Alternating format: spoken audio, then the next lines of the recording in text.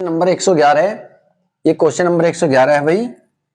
तो इसमें ले रखा है इन्होंने कि नताशा ने अपने मासिक वेतन 45% खरीदारी पर खर्च करने का निर्णय लिया।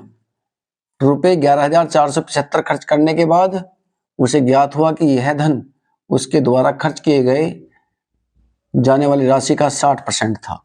नताशा का वेतन कितना है? तो यहां हमने देख लिया भाई कि टोटल वेतन जो था वो 100 था। उसने खर्च करने का निर्णय लिया, वो 45% का ले लिया। यहाँ लिख दो खर्च करने का निर्णय लिया 45%।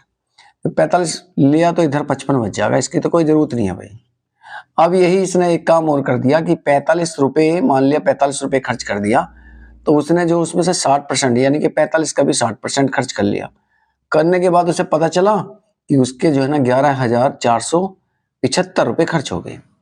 तो यहाँ से निकाल दो भाई, इसका 100% निकाल लो।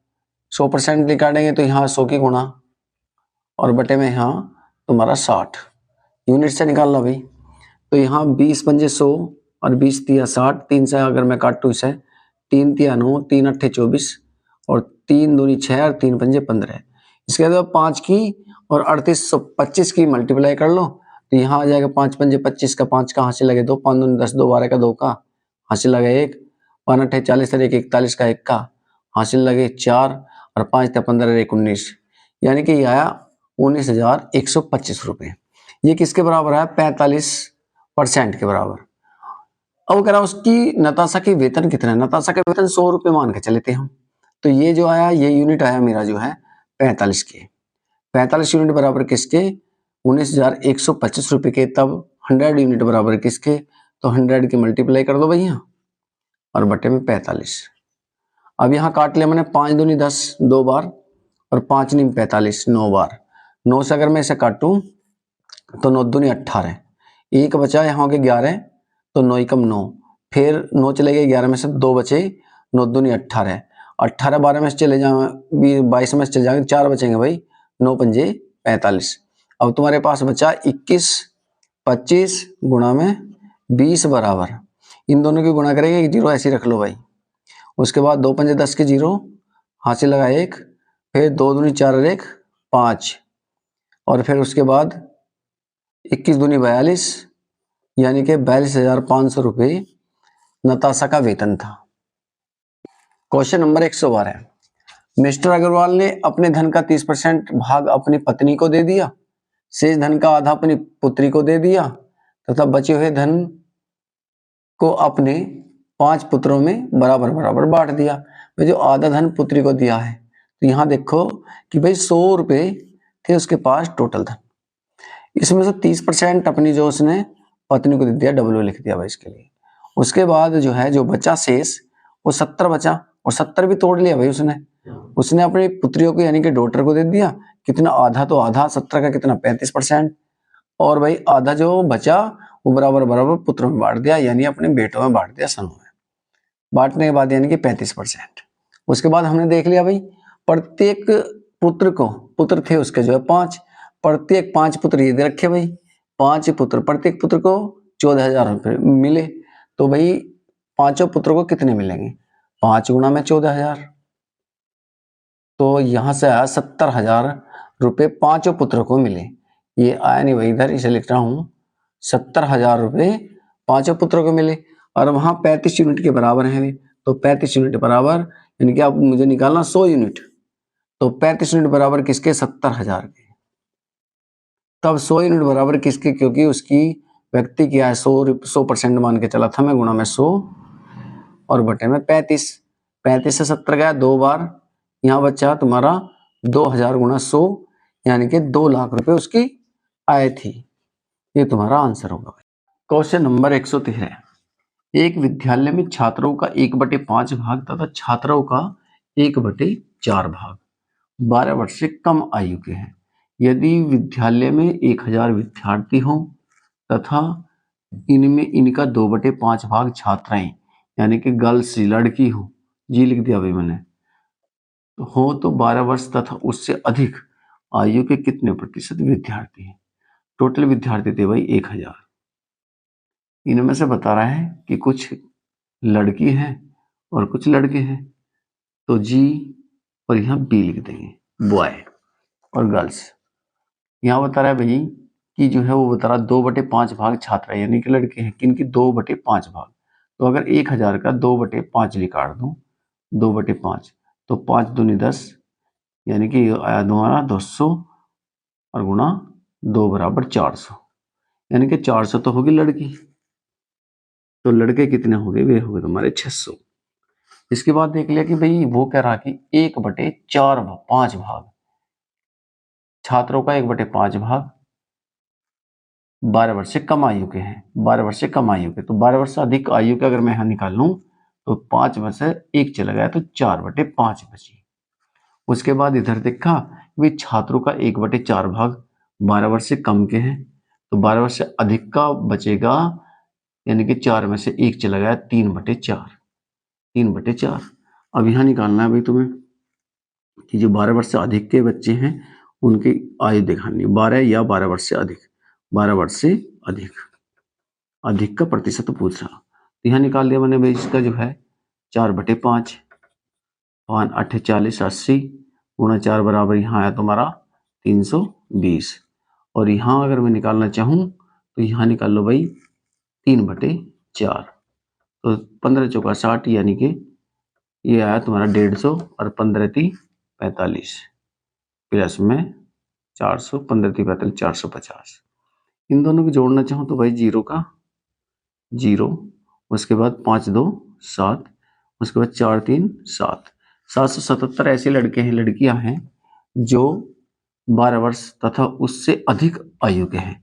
तुमसे पूछ रहा प्रतिशत, इनका प्रतिशत पूछ रहा, तो प्रतिशत में जितने भी हो 770 है और टोटल कितनी 1000, और प्रतिशत बनाने के लिए भाई 100 से मल्टीप्लाई करनी पड़ेगी, 1 2 1 2 और 1 0, ये खत्म होगी, तो कितने बचे 77% विद्यार्थी ऐसे हैं जो 12 या 12 से अधिक आयु के हैं। क्वेश्चन नंबर 114 दिया गया है कि ए की आय का 10%, बी की आय के 15% और बराबर सी की आय 20%, यानी कि आपस में बराबर हैं। तो ए बी तथा सी की कुल आय का योग 78,000 रुपये हो तो बी की आय कितनी है। तो यहाँ पे दे दिया भाई ए बराबर बी के और बी बराबर सी के। ए का 10% बराबर बी के 15% के बराबर है, बराबर सी के 10% के बराबर है, सी का जो है 20% के बराबर है। ये यहाँ कर लो भाई खत्म, प्रतिशत खत्म कर लो ये। उसके बाद यहाँ 5 से मैंने काटना चाहे भाई, 5 दूनी 10 बराबर 5 तिया 15 बराबर 5 चौक 20। इसके बाद ये बराबर है, मुझे रेशो में करने होंगे इनके मान निकालने के लिए एबीसी का, तो यहाँ इनका उल्टा कर देंगे। 2 का उल्टा 1/2 अनुपात 3 का उल्टा 1/3, 4 का उल्टा 1/4। इनका मैंने एलसीएम लिया तो एलसीएम आया इनका भाई 12। देखो 4 तिया 12 और 2 12 के अंदर है, तो यहाँ एलसीएम आया 12। इस 12 की मल्टीप्लाई कर दो भाई ऊपर, गुणा में यहाँ भी 12 और यहाँ भी 12। इसके बाद 2 छिका 12 रेशो 3 चौक 12 और यहाँ लिख दो भाई 4 तिया 12। इसके बाद जो धन था वो 7800 रुपये दे रखा था हमारे, मेरे हिसाब से ये जो आया 6 4 10 3 13, यानी कि 13 यूनिट बराबर 78,000 के आया, 78,000 के। तब बी का मान पूछा, बी का मान कितना है 4 यूनिट, तो 4 यूनिट बराबर किसको होगा, 4 की मल्टीप्लाई कर दो यहाँ बटे में 13 से भाग लगाएंगे भाई, तो 13 6 78, यानी कि 6,000 और गुणा 4, तो ये आया तुम्हारा 24,000 रुपये आंसर। किसका, बी का भाग 24,000 रुपये।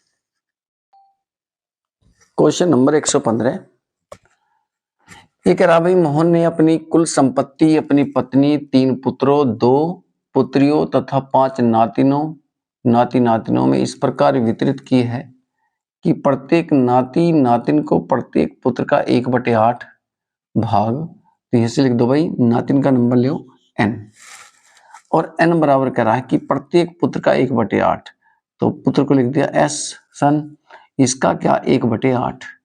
दूसरी कंडीशन क्या लगा लो भाई, तथा प्रत्येक पुत्री का 1/10 भाग, नातिन से कह रहा है भाई ना संबंध कि नातिन को अगर पुत्री से मिलावे तो पुत्री का यानी कि डॉटर का 1/10 भाग मिलता है। तो पहले इनसे ही रेशो निकाल लो।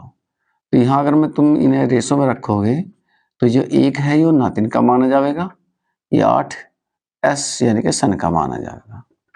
ऐसे देखा भाई यहाँ भी जो है नातिन का मान 1 ही है, तो फिर करने की कुछ जरूरत नहीं है, इसमें 1 ही लगाओ, इसमें 10 लगाओ। यहाँ हमने देख लिया भाई, उसने क्या रखा कि भाई प्रत्येक पुत्री को यहाँ दे रखा उसने मिले और उसकी पत्नी को उसके पुत्रों तथा पुत्रियों के कुल वेतन कुल भाग का 40% मिले। प्रत्येक पुत्री को जो धन मिल रहा है वो 1,25,000 मिल रहा है, यानी कि 10 यूनिट बराबर जो है वो 1,25,000 के। ये तो होगा डॉटर का मान। इस आगे में अगर नातिन का मान निकालूं 1 यूनिट, तो 1 यूनिट निकालेंगे भाई, यहाँ ये 10 यूनिट के बराबर है तो 1 यूनिट लिखेगा, तुम्हारा 1 जीरो खत्म कर देंगे, इस जीरो से 1 जीरो इसकी खत्म कर देंगे, तो इसे लिख देंगे 12,500 रुपये। इसके बाद यहाँ 8 यूनिट निकालें इसकी, तो 8 की गुणा कर देंगे, यानी कि सन का मान निकालें। तो अगर मैं सन की बात करूँ तो इसमें गुणा कर देंगे। यहाँ तो हमने भाग लगाई, इससे काट लिया, लेकिन 1 से भाग लगाऊं तो जो का तो मान रहेगा। अब 8 का मान निकाल रहा तो मैं इसमें मल्टीप्लाई करके रखा इसकी 8 की, 8 0 0 8 0 0 8 5 40 की 0 12 8 96 4 100, यानी कि 1,00,000 रुपए। अब यहाँ वो कह रहा है कि भाई ये सन का मान 1,00,000 रुपए और नातिन का मान 12,500 रुपये और डॉटर का मान 1,25,000 रुपये।